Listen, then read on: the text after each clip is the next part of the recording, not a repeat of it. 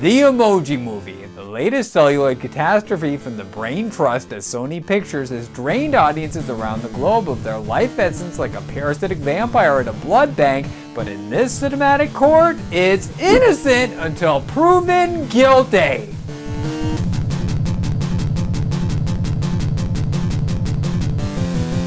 Court is now in session for a retweetable episode of Innocent Until Proven Guilty. After a longer than anticipated absence, it's finally time to get back to the pressing IUPG business at hand, and while this isn't going to be the type of video you typically expect for this spooky season, the subject matter sure has horrified film fanatics far more than Freddy or Jason ever have. No, I'm not talking about killer clowns or creepy dolls. Today, in the wake of its release on Blu-ray, we're gonna bring the Emoji Movie to trial for its alleged crimes against humanity. The dreaded and despised Emoji Movie was unleashed upon unsuspecting theatergoers on July 28, 2017. It was directed and co-written by Tony Leondis, whose previous credits include Disney animated sequels such as Lilo and Stitch 2, and features a star-studded cast led by TJ Miller as Gene. Gene is a meh emoji seeking to find his purpose within the communications facility of Textopolis, the home of the titular icons. The plot kicks into full gear when the easily excitable protagonist causes a scanning accident, resulting in him being labeled as a malfunction and targeted for termination. Gene escapes his death sentence and teams up with High Five, a fellow outcast voiced by James Corden, in the hopes of enlisting the services of Jailbreak, a legendary hacker with the skills required to fulfill our hero's wish of becoming nothing more than meh. That's the basic gist of the Emoji Movie. The story is about as paper thin as the premise, and the adventure that follows is littered with countless vapid references to social media, the latest fads of the week, and juvenile jokes up the wazoo.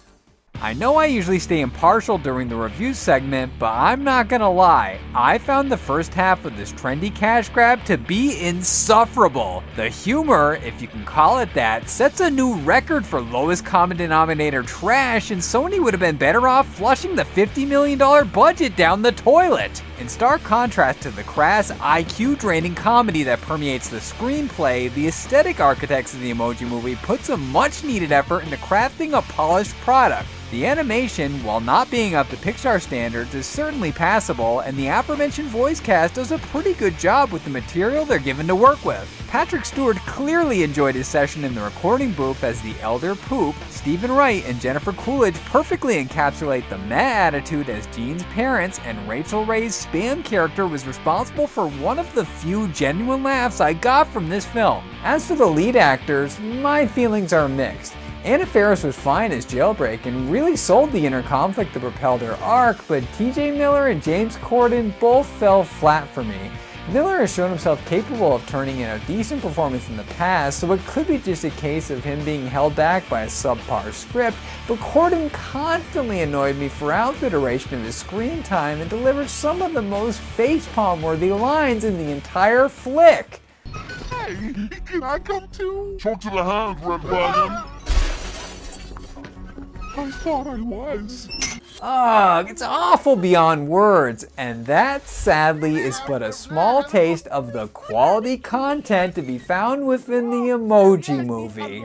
In spite of the grade school caliber writing, there are some bright spots in this overwhelming sea of mediocrity. The latter portion of the film, involving a trip through apps such as Candy Crush and Just Dance, uplifts the narrative and injects a sense of fun that's sorely lacking in the initial section. The majority of the dumb humor is fortunately gone by this point, and it's saying something when someone such as myself, who doesn't give a damn about mobile gaming, is drawn in by this string of events. I don't know why, but there was something about these scenes that I found to be entertaining. I suppose it could be the Candy Crush fake out, which admittedly made me chuckle, but I can definitely say that the Just Dance segment song choice pleased the 80s kid in me and would be approved by Wade Wilson, the merc with the mouth himself, so that's a huge win as far as I'm concerned.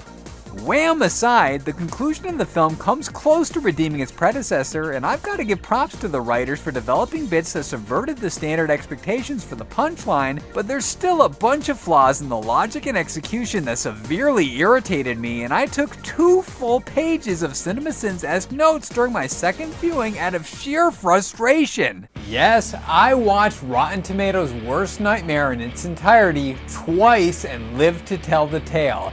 This notorious offender presented quite a tricky challenge, and I had to be completely certain in my opinion before I delivered the final judgment.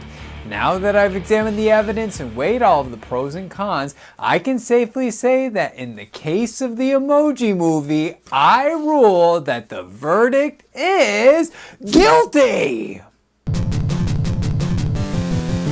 It may have grown on me, but that doesn't change the fact that the Emoji Movie is mediocre to the core. This is essentially everything that's wrong with today's social media society mashed into a mindless piece of disposable pop culture that fails to amuse its intended demographic and everyone else who's had the misfortune of being subjected to its horrors. With that said though, while I genuinely believe it deserves its negative reputation, I disagree with anyone claiming that it's the worst film ever made, and I'd gladly rewatch this over Dragon Ball Evolution any day of the week, but that's as far as I'd go with my defense. For me personally, it's guilty pleasure material, but I can totally understand why people hate it.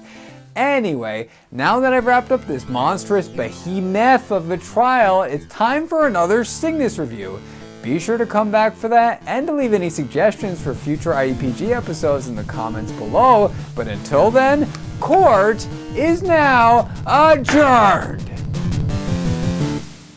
Thanks for watching. If you liked what you saw and you want to see more, the boxes on the screen right now will lead to some more of my videos, and if you haven't already, be sure to subscribe to the channel by clicking on my avatar in the bottom right hand corner. Thanks again!